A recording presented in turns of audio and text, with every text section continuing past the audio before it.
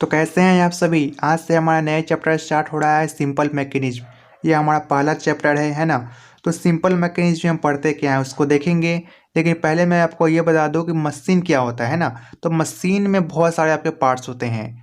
नट होता है, बोल्ट होता है, स्प्रिंग लगे होते हैं, मशीन का फ्रेम होता है, वाशर लगे होते हैं उसमें। तो छोटे छोटे और बड़े बड़े उसमें पार्ट्स लगे होते हैं मशीन में।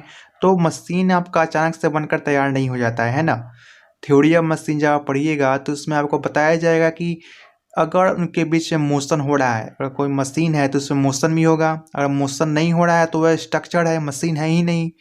तो मशीन अगर है तो उसमें मोशन होगा। अगर उनके बीच में मोशन अगर रिलेटिव है तो आपका काइनेमेटिक लिंक कहलाते हैं, है ना।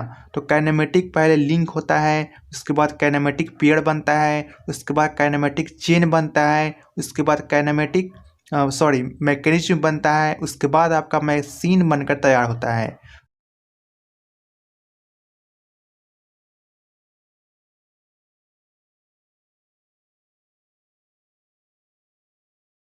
तो यहाँ पर जो मैकेनिज्म आया है ना, यही आपका सिंपल मैकेनिज्म है। तो इसमें पहले काइनेमेटिक लिंक है।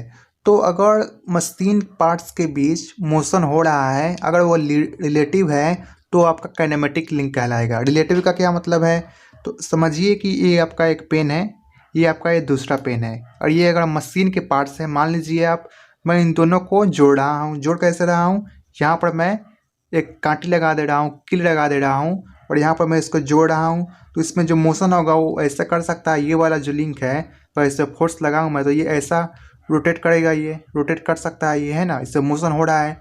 तो अगर मैं इसको फिक्स कर दूँ और इस पर फोर्स लगाऊँ तो इसमें रोटेट हो रहा है ये, यानी कि इसके रिस्पेक्ट में ये मोशन कर रहा है।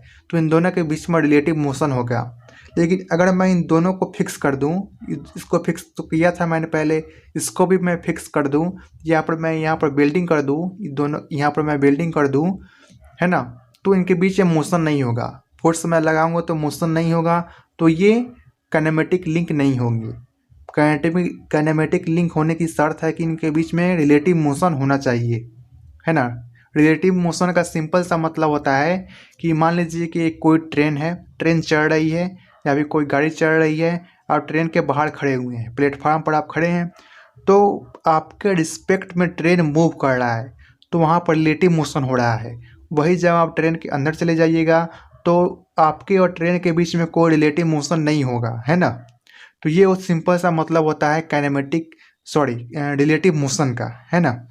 तो काइनेमेटिक लिंक क्या है, अगर मशीन पार्ट्स के बीच रिलेटिव मोशन हो रहा है तो उसे हम काइनेमेटिक लिंक बोलेंगे।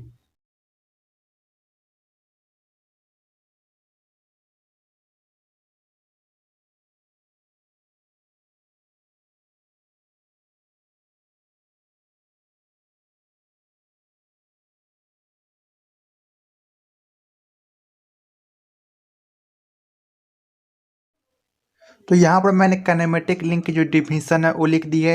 Every part of a machine which is having some relative motion with respect to some other part of machine is known as kinematic link, या फिर इसे आप काइनेमेटिक एलिमेंट भी बोल सकते हैं। तो ये जो काइनेमेटिक लिंक है ना, रिलेटिव मोशन तो इनके बीच में होना ही चाहिए। एक एक और प्रॉपर्टी है जो इनके बीच में होनी चाहिए, वो है ये रेजिस्टेंट बॉडी होनी चाहिए।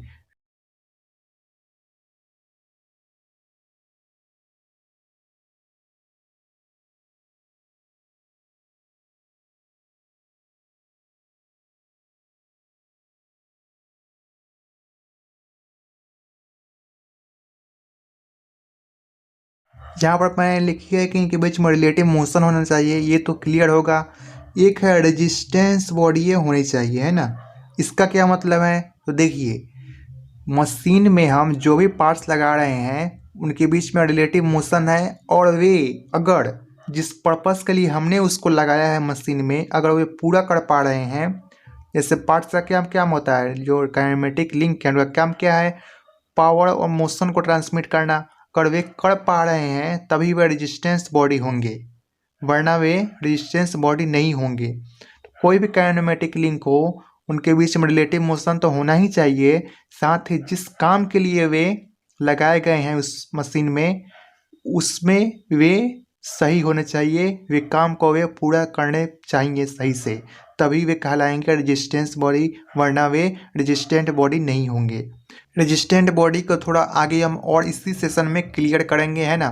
इससे पहले मैं आपको काइनेमेटिक जो लिंक है उसके टाइप्स होते हैं उसको पहले मैं आपको बता देता हूँ। तो पहला होता है आपका रिजिड लिंक, है ना। दूसरा होता है आपका फ्लूइड लिंक, तीसरा होता है आपका फ्लेक्सिबल लिंक।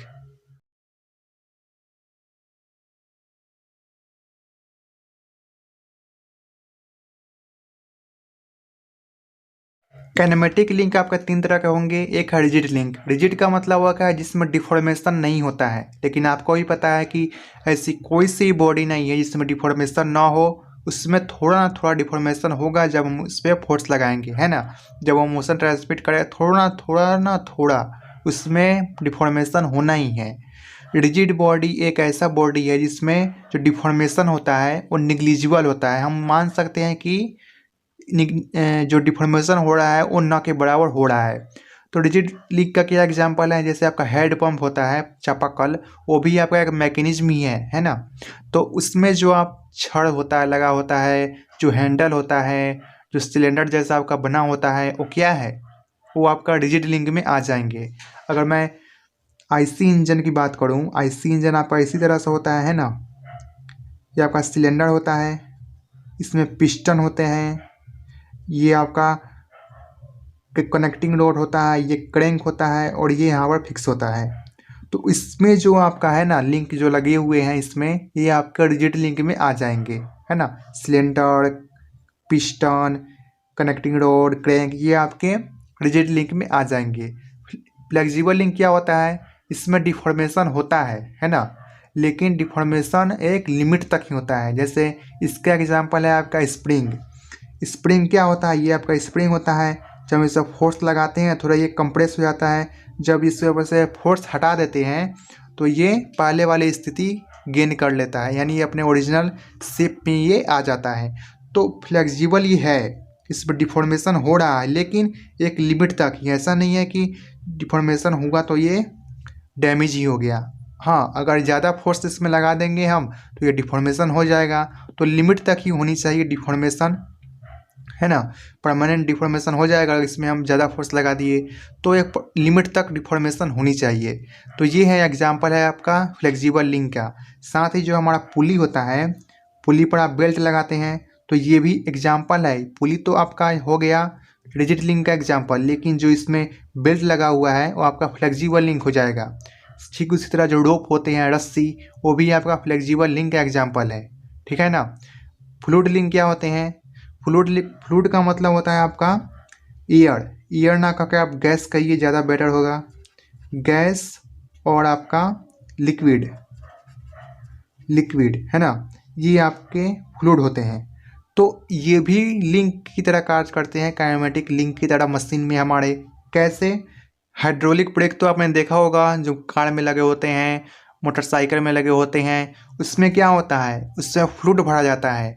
वो फ्लूइड जब हम ब्रेक लगाते हैं हल्का सा फोर्स लगाते हैं और फ्लूइड से मोशन ट्रांसमिट होता है, पावर ट्रांसमिट होता है, और जो ब्रेक पर जाकर लगता है और ब्रेक आपका काम करने लगता है, ब्रेक आपका लग जाता है ना, आपका चक्का जो है रुक जाता है। तो फ्लूइड वहाँ पर लिंक का काम करता है, वो आपका फ्लूइड लिंक में आ जाएगा। तो इसका एग्जांपल मैं कहूँ कि फ्लूइड लिंक का एग्जांपल क्या है, तो हाइड्रोलिक ब्रेक हो गया, हाइड्रोलिक प्रेस हो गया। अगर आपका ये कुछ ऐसा अरेंजमेंट है, इसमें आप क्या करते हैं, हल्का सा इसमें आपका ये यहाँ पर आप हल्का सा फोर्स लगाएंगे, है ना, तो यहाँ पर एक बड़ा सा पत्थर उड़ जाता है। कोई अगर बड़ा सा पत्थर रखा हुआ है, ये इसका वेट ज़्यादा है, मान लेते हैं 500 न्यूटन है इसका वेट, और ये आपने 50 न्यूटन का फोर्स लगाया, है ना, तो ये लिफ्ट हो जाता है। और इसके बीच में क्या होता है, आपका फ्लूइड भरा होता है, हाइड्रोलिक ऑयल, है ना। तो यहाँ पर ये हाइड्रोलिक ऑयल जो है आपका लिंक की तरह काम करता है, और इसकी वजह से जो पर्पस है इस मैकेनिज्म का वो पूरा हो रहा है। पर्पस क्या है, इसको लिफ्ट करना। तो यहाँ पर हाइड्रोलिक ऑयल फ्लूइड लिंक की तरह काम कर रहा है, और इसकी वजह से ये जो लोड है वो लिफ्ट हो रहा है। तो यहाँ पर ये फ्लूइड लिंक की तरह काम करेगा, ठीक है ना। तो ये हैं आपके सिंपल मैकेनिज्म में काइनेमेटिक लिंक की बात करी हमने, है ना। काइनेमेटिक लिंक की जो डिफिनीशन है उसको हमने देखा, और ये हमने देखा कि ये इनमें दो तरह की प्रॉपर्टी होनी चाहिए। टू प्रॉपर्टी तो कंपल्सरी है, इसमें रिलेटिव मोशन होना चाहिए और ये रेजिस्टेंट बॉडी होनी चाहिए। रेजिस्टेंट बॉडी का क्या मतलब है? अच्छा ये देखिए, ये आपका रिजिड बॉडी है ना, लेकिन ये जो फ्लेक्सिबल लिंक है और फ्लूइड लिंक है ये आपका रेजिस्टेंट बॉडी है ना। ये भी आपका रेजिस्टेंट बॉडी है, भले ही ये दोनों रिजिड ना हो लेकिन ये रेजिस्टेंट बॉडी है। जिस पर्पस के लिए हमने इसको लगाया है वो पर्पस पूरा हो रहा है ना। लेकिन अगर ये आपका रिजिड लिंक है लेकिन अगर ये रेजिस्टेंट ना हो तो इसके रिजिड होने का कोई फायदा भी नहीं है। तो सिंपल सा मतलब है रेजिस्टेंट बॉडी का, जिस काम के लिए हमने उसको लगाया है मशीन में वो काम पूरा होना चाहिए, चाहे बॉडी किसी भी तरह का काम क्यों ना हो, रिजिड हो, फ्लेक्सिबल हो, फ्लूइड हो, किसी भी तरह क्यों ना हो, वो रेजिस्टेंट होना चाहिए। आई होप जो भी बातें मैंने करी इस सेशन में आपको समझ आई होगी।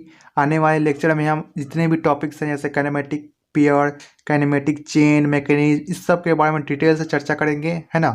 तो मिलते हैं नेक्स्ट वीडियो में। Thank you.